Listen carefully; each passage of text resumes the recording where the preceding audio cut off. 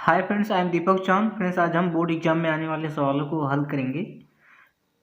तो आपका 20 बहुविकल्पी क्वेश्चन आता है, तो उन्हीं क्वेश्चनों को हल करेंगे। तो वीडियो को अंत तक देखते रहिए और चैनल को सब्सक्राइब करके सपोर्ट कीजिए। तो क्वेश्चन नंबर 1 है, यदि x-2 बहुपद x² - 3x + 5a का एक गुणनखंड है तो a का मान क्या कीजिए, ठीक, या फिर a का मान क्या होगा। तो यहाँ पर देखिए x-2 जो है इस बहुपद का एक गुणनखंड है। जब हम x का मान रख लें इसमें तो आपका a का मान निकल जाएगा। तो यहाँ पर दिया है x-2, ठीक। तो x-2 बराबर हम 0 लिखेंगे, तो यहाँ से x का मान निकल जाएगा, तो x बराबर हो जाएगा 2, ठीक। तो इस बहुपद में हम x का मान रखेंगे, इसके बाद इसको हल करेंगे, तो यहाँ पर a का मान निकल जाएगा। तो यहाँ पर x बराबर 2 है, तो यहाँ पर बहुपद आपका है x² - 3x + 5a बराबर 0। तो यहाँ पर x का मान 2 रखेंगे, तो यहाँ पर 2 है, 2 का स्क्वायर हो जाएगा और -3 × 2 + 5a बराबर 0। ओके, अब यहाँ पर देखिए, तो 2 का स्क्वायर 4 होगा, -3 × 2 6 होगा और प्लस 5a बराबर 0, ठीक। अब यहाँ पर देखिए हमें निकालना है 5a का मान, तो हम क्या करेंगे, इसको इसमें से घटा देंगे, तो -2 आएगा और प्लस 5a बराबर 0। तो a का मान निकालना है, तो इसको हम इस साइड भेजेंगे, 5a बराबर 2 और a बराबर 2/5। a का मान होगा 2/5, तो ऑप्शन नंबर सी सही होगा। ओके, क्वेश्चन नंबर 2 है, निम्नलिखित में बहुपद नहीं है, या ये सभी आपका एक बहुपद के फॉर्म में लिखा गया है, तो पहचानना है कि बहुपद है कि नहीं है। अब देखिए, बहुपद को पहचानने के लिए एक सिंपल सा फार्मूला होता है कि हमें पूर्ण संख्या खोजना है, ठीक। जिस बहुपद में हमें पूर्ण संख्या मिल जाए,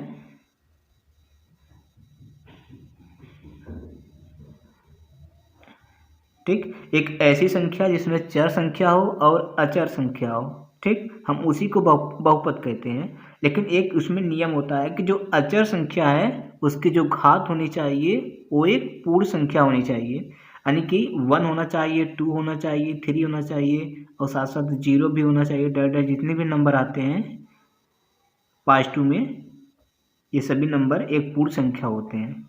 ओके, तो चलिए हम क्वेश्चन में खोजते हैं। यहाँ पर है x⁴, यानी कि 2 भी आपका एक पूर्ण संख्या है, ठीक।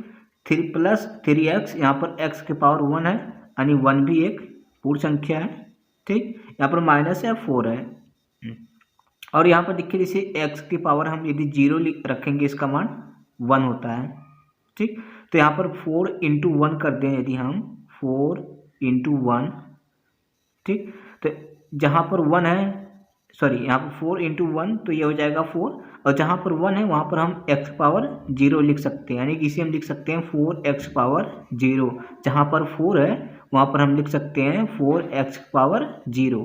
तो यहाँ पर देखिए जो आपका चर संख्या है उसकी पावर में 0 है, तो 0 भी आपका एक पूर्ण संख्या है, यानी कि ये आपका जो है ऑप्शन नंबर ए, ये आपका बहुपद है।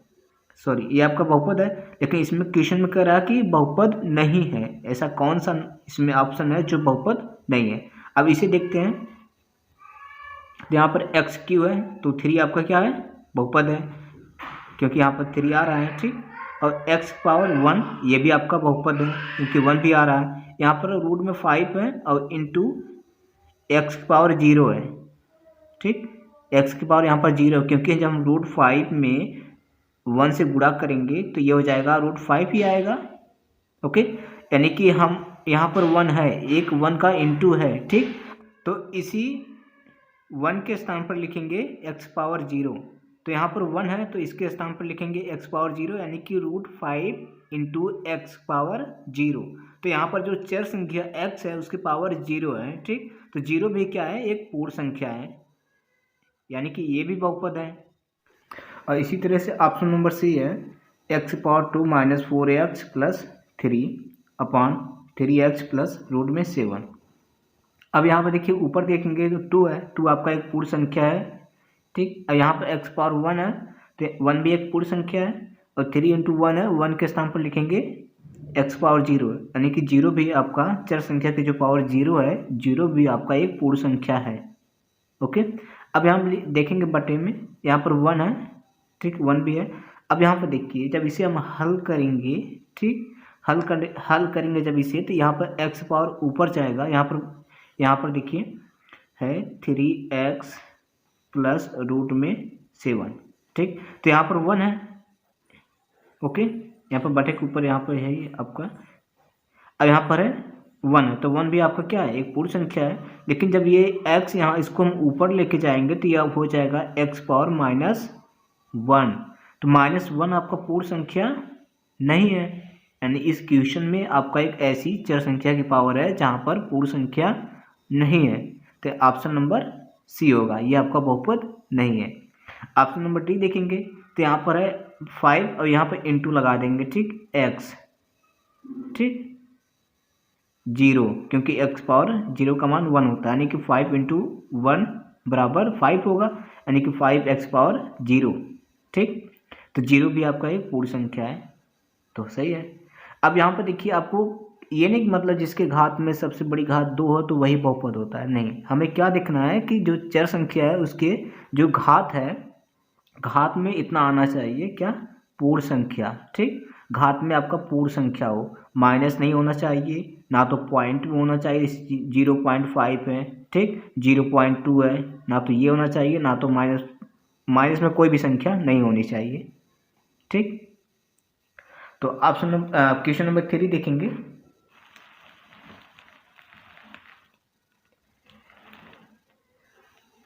क्वेश्चन नंबर 3 है, निम्नलिखित में द्विपद है। अब यहाँ पर ऑप्शन दिया है, इसमें करा कि द्विपद। अब जैसे यहाँ पर कुछ समझना है आपको, जैसे हमने लिखा 2 + 3, तो इसमें कितने टर्म हैं, यानी कि कितने पद हैं, तो आप कहेंगे सर एक पद ये हो गया, फिर यहाँ पर प्लस लगा है, एक पद ये, यानी 1 1 2, कितने पद हैं, 2, लेकिन 2 पद नहीं है, ये एक ही पद है, ठीक। ये कितना पद है, एक पद है, क्योंकि जब हम इसे जोड़ देंगे तो यह आएगा 5, और 5 आपका देख रहा है कि एक ही पद है, ठीक। अब यहाँ पर देखिए, जैसे यहाँ पर है 3x² प्लस 2x², ये कितने पद हैं, तो आप कहेंगे सर इसमें तो 2 पद हैं, यहाँ पर एक पद ये हो गया और एक पद ये हो गया, तो हम यहाँ पर लिखेंगे 2 पद, नहीं, आप जब इसे जोड़ेंगे तो ये आपका जुड़ जा रहा है, देखिए 3x² और 2x², जब चर संख्या दोनों सेम हो, जब दोनों सेम हो तो वो आपका जुड़ जाता है, ठीक। तो यहाँ पर 3, यहाँ पर x² को हम कुछ और मान लेते हैं, आम, ठीक। तो जहाँ पर x² है वहाँ पर लिखेंगे आम, तो 3 आम फिर प्लस 2 आम, तो 3 आम और 2 आम कितना हो, 5 आम हो जाए ना, ठीक। तो आम के स्थान पर x² है, 5x² हो जाएगा, यानी कि ये आपका जुड़ के एक ही पद दे रहा है। अगर यहाँ पर लिखेंगे 3x² प्लस 2x, अब यहाँ पर देखिए क्या हम इसे जोड़ पाएंगे, इसे नहीं जोड़ पाएंगे, क्यों, क्योंकि यहाँ पर जो चर संख्या की जो घात है यहाँ पर 2 है और यहाँ पर 1 है। अगर यहाँ पर भी x पावर 2 होता तो हम इसे जोड़ देते, ठीक, मतलब समान चर संख्या की घात जितनी होगी, अगर दोनों में समान है तब जाके जुड़ेगा दोनों पार्ट, नहीं तो नहीं जुड़ेगा। तो इसमें x पावर 2 है, यहाँ पर x पावर 1 है, यानी कि दोनों ही आपका नहीं जुड़ेगा, ऐसे यहाँ पर भी लिखा जाएगा 3x² प्लस 2x, यानी हमने इसे जोड़ के एक पद नहीं बनाया, तो इसका मतलब कि आपका 2 पद है, ठीक। चलिए तो देखते हैं, इसमें यहाँ पर देखिए एक पद है, ये दिख रहा है एक ही पद है, ठीक। यहाँ पर देखिए 6 इसके बाद u पावर 4 प्लस 2u, अगर यहाँ पर होता 6u power 4 plus 2u power 4, अब देखिए यहाँ पर दोनों में पावर क्या है, बराबर है, यहाँ पर u पावर 4 है, यहाँ पर भी u पावर 4 है, यानी ये आपका जुड़ जाएगा, तो क्या हो जाएगा 6 2 8, 8 u पावर 4, तो ये आपका एक ही पद है, यानी द्विपद नहीं है। लेकिन यहाँ पर है 6 u पावर 4 प्लस 2u है। तो यहाँ पर देखिए u की पावर 4 है और यहाँ पर u की पावर 1 है, तो दोनों पावर अलग है। ठीक, दोनों का पावर क्या है, अलग है, इस दोनों का पावर डिफरेंट है, तो हम इसे नहीं जोड़ पाएंगे। जोड़ेंगे कब, जब दोनों का घात सेम हो। ठीक, तो यहाँ पर देखिए हम अगर इसको जोड़ेंगे तो नहीं जोड़ पाएंगे, तो ऐसे ही यहाँ पर भी लिख देंगे। तो यहाँ पर दिख रहा है कि हमें 2 पद है। ठीक, यानी कि ये आपका बी ऑप्शन सही होगा। इसमें क्या है, 2 पद है। ठीक, और इसमें आपका ऑप्शन नंबर सी सही होगा। और यहाँ पर देखिए यहाँ पर कितने पद हैं, 3 पद है। क्यों, क्योंकि हम इसे जोड़ ही नहीं पाएंगे। यहाँ पर देखिए टी की पावर 2 है, यहाँ पर 5 और टी की पावर 1 है, यहाँ पर टी की पावर 0 है। 3 के स्थान पर टी की पावर 0 लिखेंगे। ठीक, तो यहाँ पर 2 है, यहाँ पर 1 है, यहाँ पर 0 है, यानी कि तीनों पावर डिफरेंट है। अगर यही तीनों पावर सेम होता तो हम इसे हल करके एक पद लेके आते हैं। जैसे देखिए यहाँ पर अगर यहाँ पर लिखा 2 लिख दिया। ठीक, यहाँ पर 2 है, यहाँ पर 2 लिख दिया और यहाँ पर भी टी की पावर 2 लिख दिया।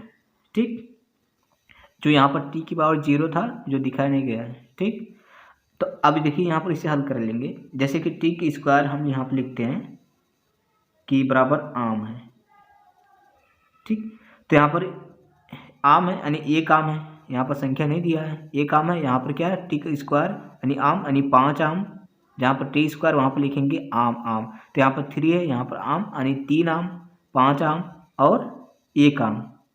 तो अब यहाँ पर देखिए,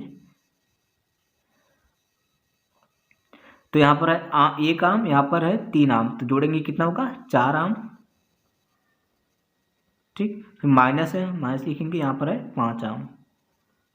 ठीक, तो घटा देंगे, जब घटाएंगे इसे 5 आम में से 4 आम तो बचेगा -1 आम। अब देखिए हमने इसे एक पद में लेके कन्वर्ट कर दिया।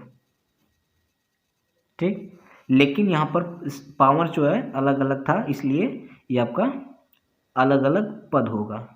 एक पद इसे कहेंगे, दूसरा पद ये, तीसरा पद ये आपका 3 पद है, ये आपका 1 पद है, ये आपका 2 पद है, ये आपका 0 1 पद है।